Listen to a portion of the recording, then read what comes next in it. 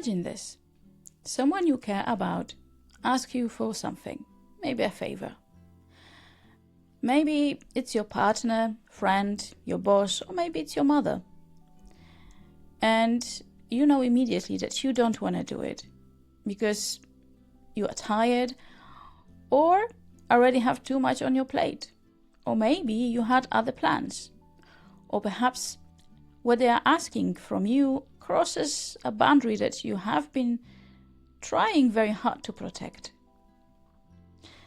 And for just a second, there is a very clear thought inside you. No, I don't want to do this. However, then you look at their face. Maybe their smile disappears for half a second. Maybe their voice changes slightly. Maybe they sigh. Maybe they don't even do anything obvious. There is simply something in the atmosphere that makes you think, oh gosh, they are disappointed. And suddenly something changes. Instead of asking yourself, what do I want? Your attention moves completely toward them. Are they angry? Are they upset? Did I upset them? Are they going to think I'm selfish? What if they stop asking me for things? What if they pull away? And before you even have finished thinking about it, you hear yourself saying, sure, of course, no problem. Let me do it. And perhaps the strangest part is that you even smile when you say it. The other person relaxes, tension disappears, everything is okay again, at least between the two of you. But inside you, that's a different story. Something doesn't feel okay at all. Maybe there is a tension in your body, irritation, sadness, maybe exhaustion. And later, when you are finally alone, you think, what did I say yes again? Why is it so difficult for me to say no? Why do I know what everybody else needs before I even know what I need? This is where we meet today's elephant. An elephant who becomes very, very good at reading the room. So good, in fact, that somewhere along the way it sometimes stopped checking in within itself. Today we are going to talk about people-pleasing. We are going to talk about fawning and appeasement as our responses to interpersonal threat. And most importantly, we are going to talk about what can happen when keeping the relationship safe starts requiring us to disappear from it. We see it in the corner there, just taking up all of the air. No need to feel that heavy weight. It's never ever too late. Let's talk about the elephant. The elephant in the room. Let's talk about the elephant. Yeah, let's talk about it soon.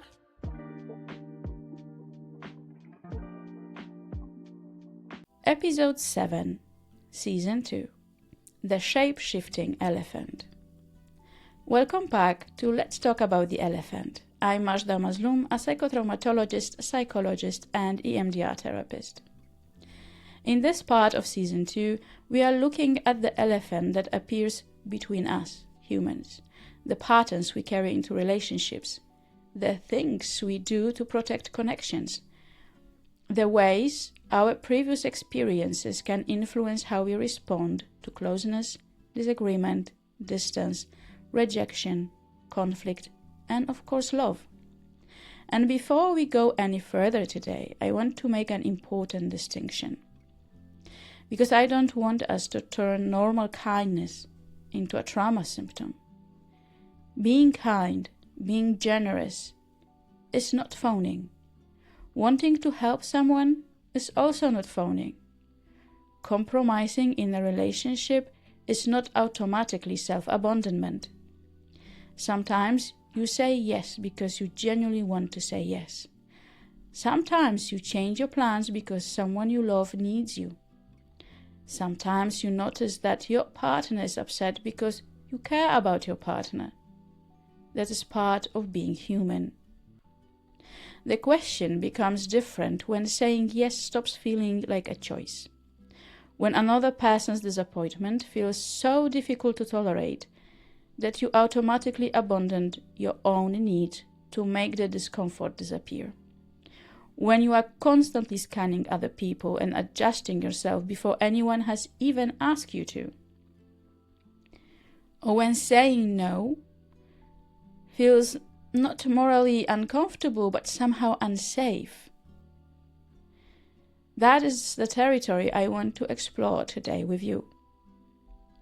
And it is important to say that the term fawn response is widely used in trauma-informed psychotherapy, including by me, particularly following the work of Pete Walker.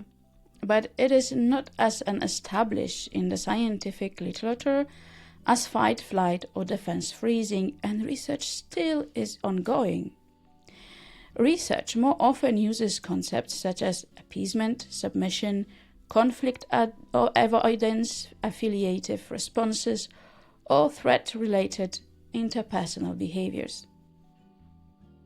So throughout this episode, when I use the word fawning, I'm describing a pattern in which reducing another person's anger, disappointment, or potential rejection can become a way of trying to create safety.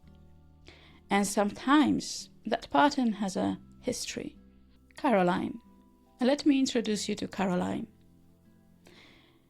As usual, she's a fictional example created from patterns that many of us may recognize and that I have encountered in the different forms throughout my professional experience.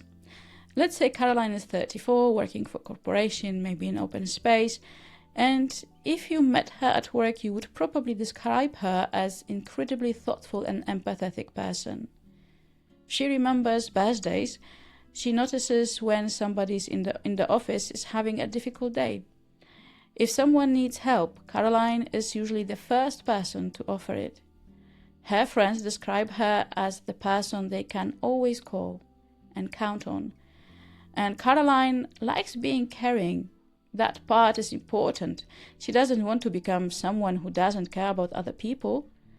The problem is that Caroline has started to realize that she doesn't really know where caring ends and fear begins. When her manager sends her a message saying, "Could you possibly take this one project as well?" Caroline answers, "Of course," before she checks how much work she already has. When her friends ask whether she wants Italian or Thai food for lunch, Carolina says, "I don't mind, whatever you want." When her partner asks, "What do you want to do this weekend?" she genuinely struggles to answer because her brain immediately starts calculating everyone else's needs. What would make him happy? What would be easiest? What answer would create the least friction? And if somebody's unhappy with her, that is when things become particularly difficult. A short reply to a message can occupy her mind for hours. A slightly different tone of voice can make her wonder what she did wrong. If somebody says, "I'm fine," in a way that doesn't sound completely fine, Caroline has trouble to focus on anything else. She starts searching. What happened? Was it something I said? How can I fix it?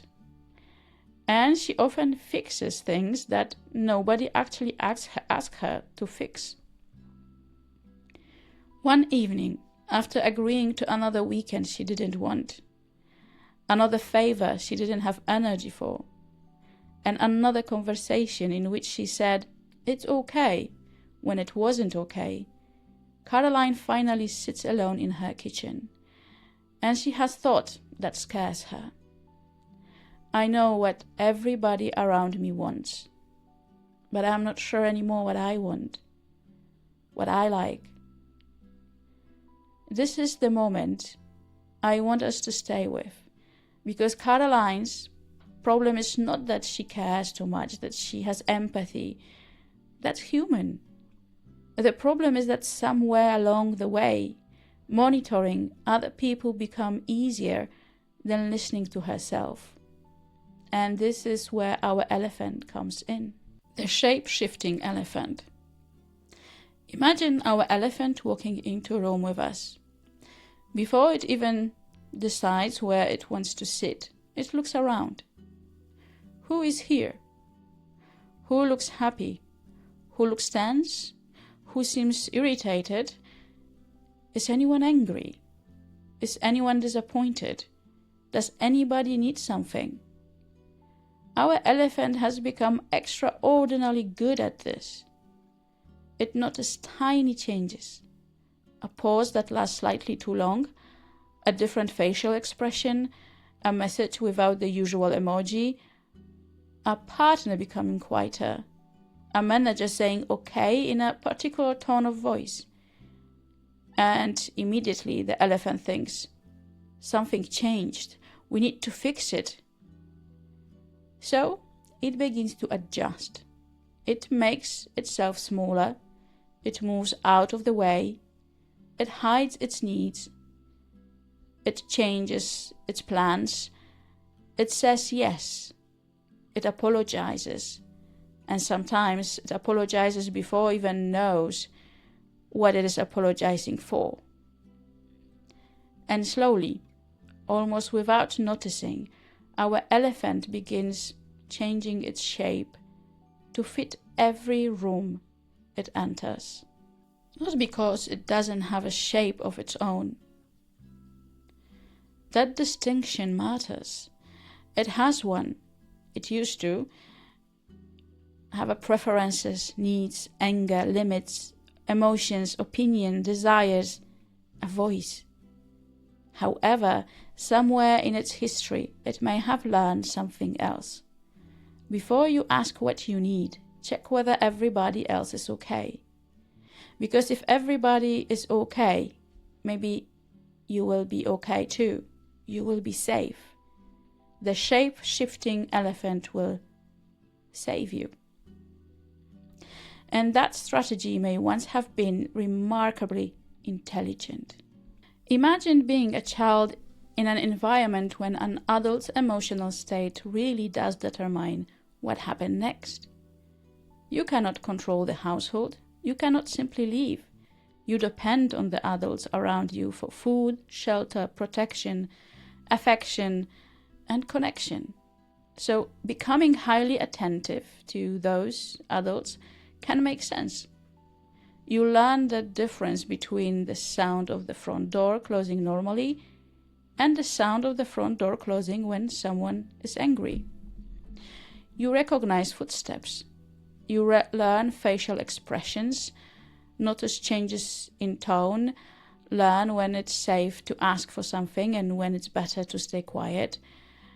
Maybe you become funny when the atmosphere becomes tense, or perhaps you become helpful, incredibly well-behaved, or learn to anticipate needs before anyone expresses them.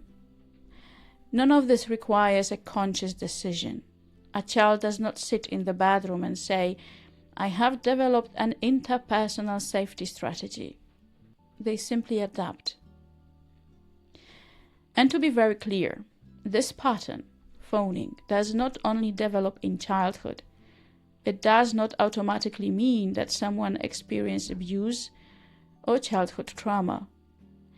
Similar patterns can emerge in relationships involving intimidation, coercion, instability, chronic conflicts, bullying, discrimination, or other situations in which appeasing someone seems safer than challenging them. Context matters, and individual differences matter too. However, when appeasement repeatedly helps reduce conflict or preserve connection, the nervous system can learn something very simple. This works. Keep them happy, keep the peace, stay connected, stay safe. And years later, the environment may be completely different, but our elephant may still be using the same map. When empathy becomes surveillance. And this brings us to something I find particularly important. People who struggle with this pattern are sometimes extraordinarily perceptive. They notice other people's mood very quickly, changes in tone, notice tension. They may even say, I can feel immediately when something is wrong with someone. And sometimes that really is empathy. However, sometimes we need to ask another question. Am I noticing how you feel because I care about you? Or because some part of me believes that I'm responsible for making sure you never become upset with me? Those two experiences can look almost identical from the outside. Inside, however, they are very different. Empathy says, I notice that you're upset. I care about you. Do you want to talk about that? Threat-based monitoring says, you are upset. What did I do? How do I fix this?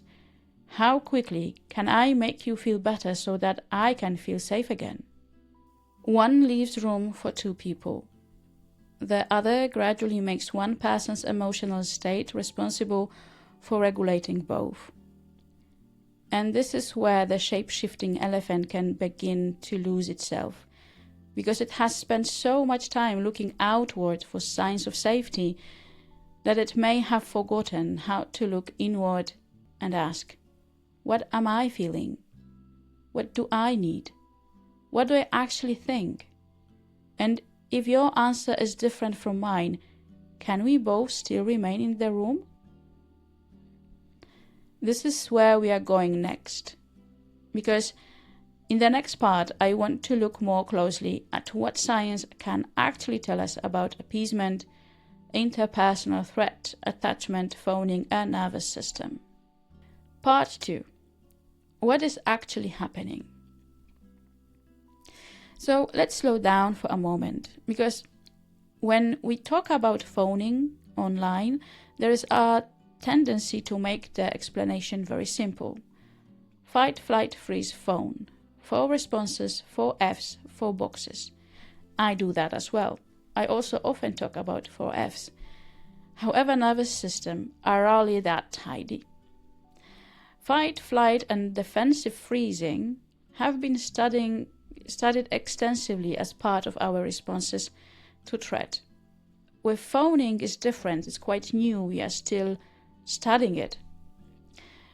That term became more popular largely through trauma-informed psychotherapy, which I love myself very much. But to be completely honest, in scientific literature, researchers are more likely to use words such as appeasement, submission, affiliative behavior, and other forms of interpersonal threat response. Like I mentioned before, phoning is quite a young word in our dictionary. But I still think it matters very much, and this distinction matters as well, because I want to make sure that we know about science, and we base everything on science. And I believe in phoning as a real reaction. However, because I don't want to give you beautifully simply neuroscience explanation, if the science itself is more complicated. So instead of asking, which box does phone belong to? I think a more useful question is, what is the nervous system trying to accomplish? And often the answer is, reduce the threat, save ourselves. Sometimes we reduce threat by moving towards it and fighting with it. Sometimes by getting away and fleeing, escaping. Sometimes by becoming still. So freezing, playing dead. And in certain interpersonal situations, another possibility is to try to make the threatening person less threatening. To calm them, agree with them, cooperate, submit, smile, make yourself useful, make yourself non-threatening. Perceive the connection. In other words, if I cannot escape the situation or fight with it, perhaps I can change the relationship inside the situation. and suddenly our shape-shifting elephant makes much more sense. The elephants learn to read the room. Let's go back to our elephant. Imagine that every time the elephant enters the room, it has one primary question: am I safe here? However, safety is not only about whether there is a physical danger in front of us. Humans are profoundly social. From the beginning of our life, we depend on other people, and especially when we are young, relationships are not simply pleasant addition to survival. We depend on caregivers, so our brains become very good at learning from interpersonal experiences. Who responds when I cry? What happens when I need something? What happens when I disagree? What happens when someone becomes angry? What happens when I make a mistake? What happens when I say no? Over time, repeated experiences help shape expectations about relationships. If disagreement is usually survivable, we can gradually learn someone can be angry with me and the relationship can still be okay. If we can express a need and still remain connected, we learn my needs don't automatically threaten the bond. If someone can tell us no without withdrawing their love, we begin to understand a boundary is not abandonment. But imagine learning something different. Imagine that disagreement regularly brings humiliation, withdrawal, explosive anger, days of silence, punishment. Or perhaps the environment isn't overly frightening at all, but you learn that connection is much easier when you are helpful, quiet, successful, agreeable, undemanding, or emotionally convenient. The lesson doesn't have to become a sentence in your head. It can become an expectation. Connection is safer when I adapt. And once our elephant has learned that lesson, it might become extremely fast. Before you consciously think this person seems annoyed, your attention may already be pulled towards their face, voice, posture. Your body may already be responding. Your mind might already be searching for an explanation. And then comes the behavior that has worked before. Are you okay? Did I do something? Oh, I'm so sorry. Don't worry, I'll do it. It's fine, wherever you want. The whole sequence can happen incredibly quickly because human brains learn patterns, and behaviors that repeatedly reduce the stress can become easier to repeat. This is where people often become frustrated with themselves, because intellectually they really know, they know their partner isn't their parent. They know the manager probably isn't going to fire them because they cannot take one additional task. They know their friend can survive hearing, actually, I don't feel like going out tonight. And still, the body reacts. You may know I'm allowed to say no, and simultaneously feel, oh my gosh, please don't say no, something bad will happen. Both can exist at the same time. And this is something we have talked about before on this podcast. Understanding a pattern is important, it's first step. However, understanding alone doesn't always immediately change a learned response. Because learning is not only verbal. We learn through repeated experiences, associations, consequences. We learn what predicts safety and what predicts danger. And relational learning is no exception. So, if saying no was repeatedly followed by conflict, rejection, ridicule, punishment, or emotional withdrawal, your system may become very sensitive to the possibility of those outcomes happening again, even when the person standing in front of you today is completely different. It means your nervous system learned something. The challenge now is helping it learn something new when other people's emotions become your job. There is another part of people-pleasing that I think we don't talk about enough: responsibility. And Responsibility is quite important, I think. We should be responsible for our behaviors, feel responsible for what we said. However, I have in mind a bit different responsibility. Responsibility for other people's emotional state. So let's return to Caroline. Her partner comes home one evening and seems irritated. Caroline immediately notices and asks, "Is everything okay?" He says, "Yeah, I'm just tired. I had a really difficult day at work." And theoretically, that should be enough information. He's tired, difficult day at job, that's it.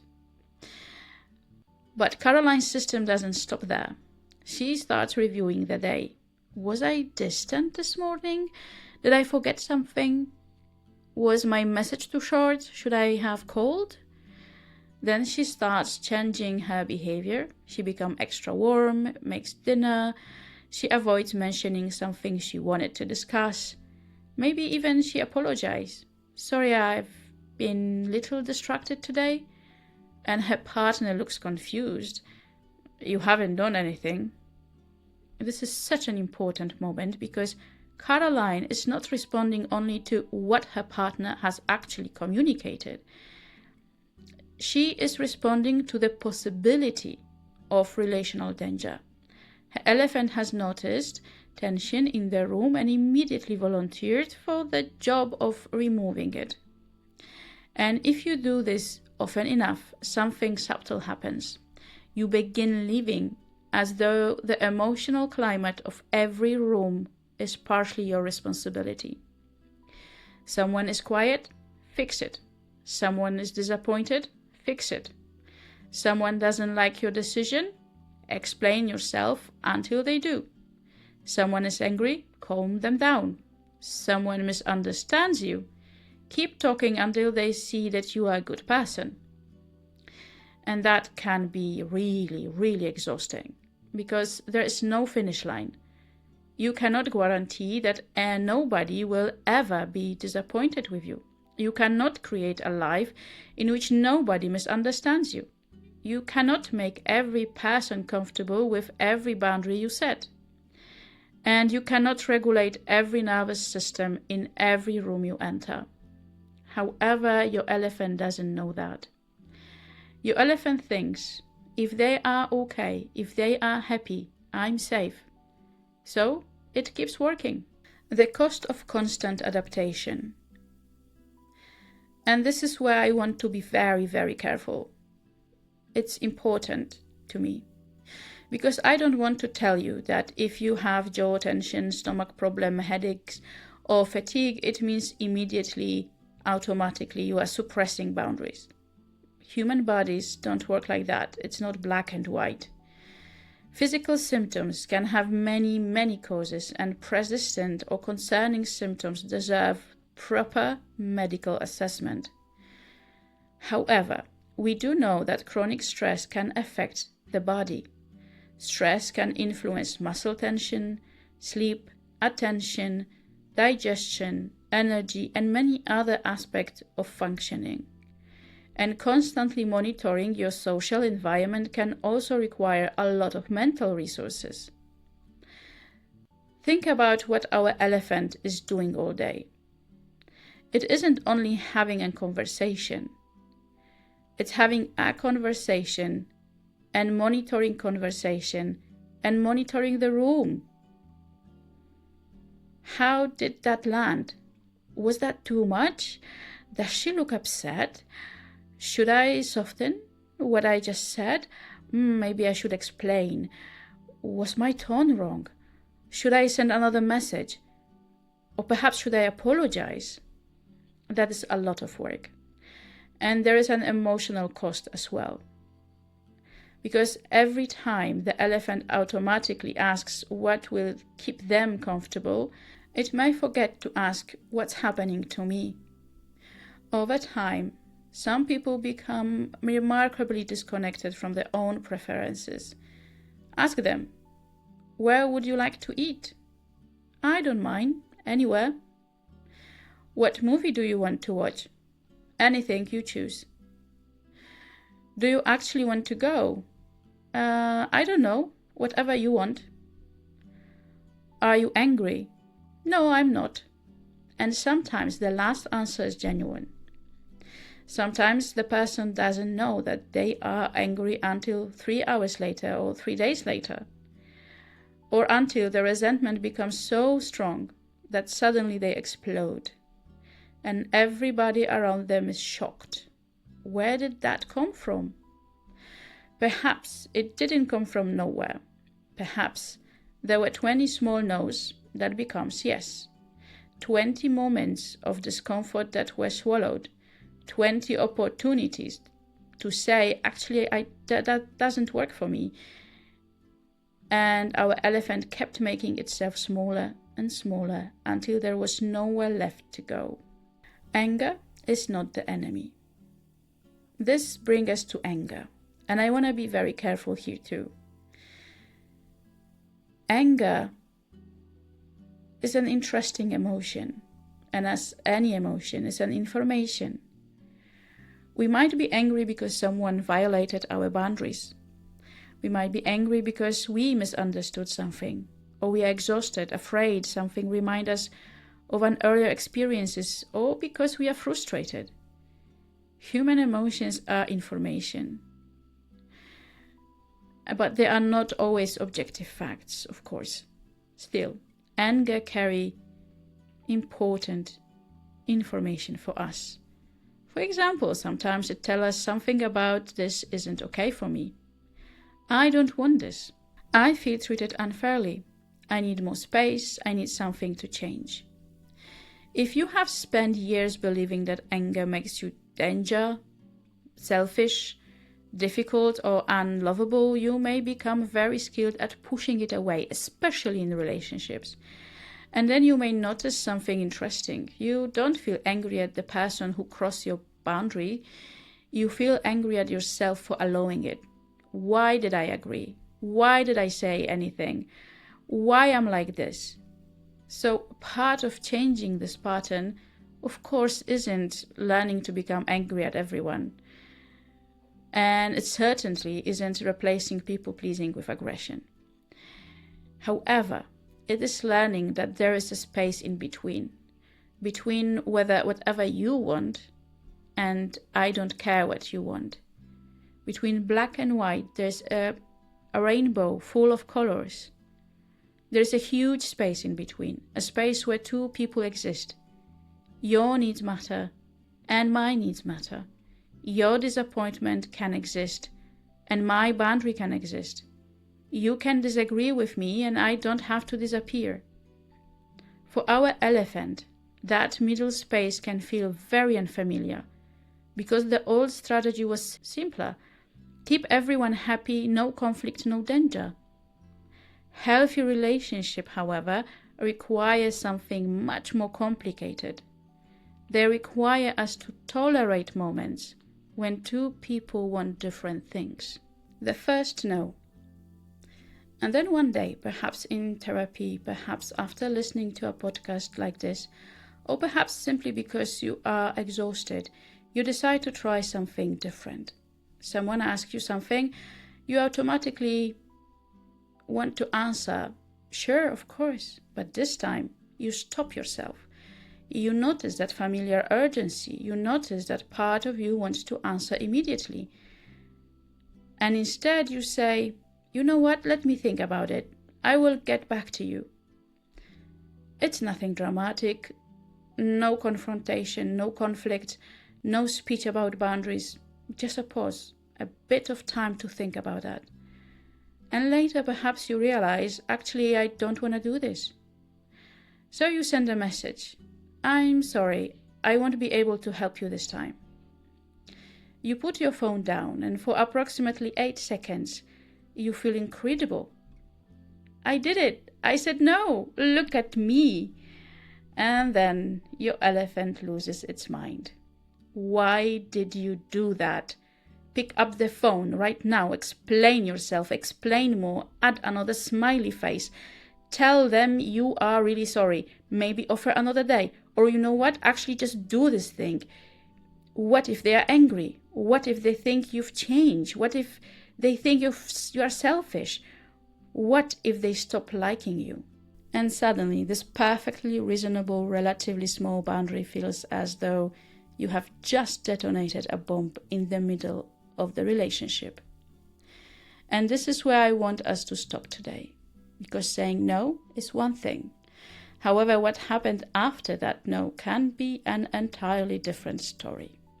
What happens when the guilt arrives, when you start wondering whether maybe you were too much, when you desperately want to take the boundary back, when the other person actually is disappointed with you, or when they haven't replied for an hour and your mind has already created 15 different scenarios explaining how you have probably destroyed the entire relationship. What do we do when every part of our elephant starts screaming, fix it, apologize, take it back?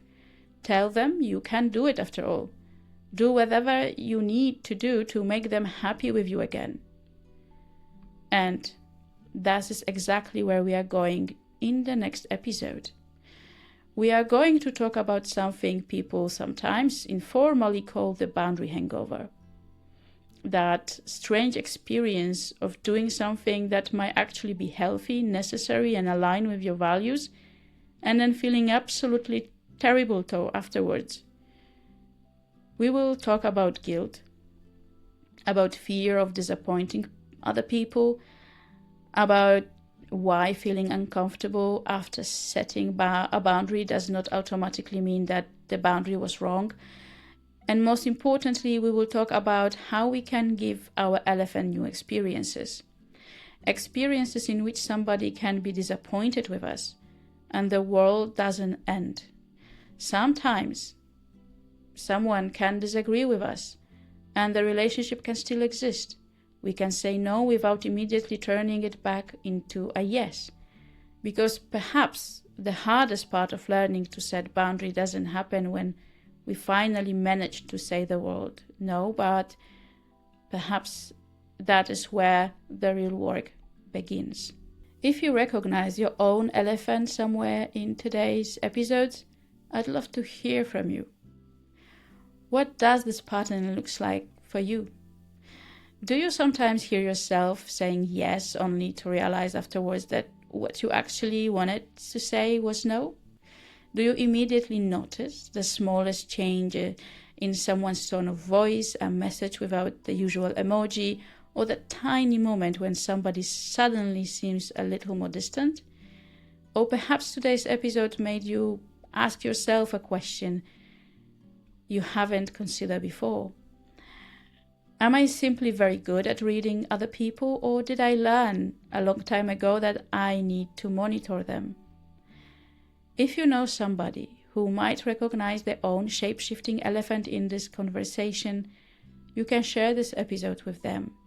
And if you'd like to support Let's Talk About the Elephant, you can like this episode, comment, follow, and subscribe the podcast, or leave the rating. It helps this psychoeducational conversation reach more people. Next week, we will meet our elephant exactly where we left it today, just after saying no. And one more thing before we finish. Please remember that Let's Talk About the Elephant is a psychoeducational podcast. The conversation we have here are intended to help you understand psychological patterns, ask questions, and perhaps understand your own elephant a little better. However, this podcast is not therapy, and it cannot replace individual psychological, psychotherapeutic, or medical support. If something we discussed today feels particularly close to your own experience or brings up difficult emotions, you don't have to explore it all at once.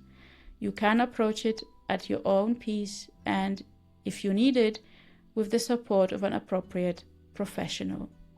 I'm Majda Mazloum, and this was Let's Talk About the Elephant. Take gentle care of yourself and others, and take gentle care of your own elephant. And I will talk to you next week.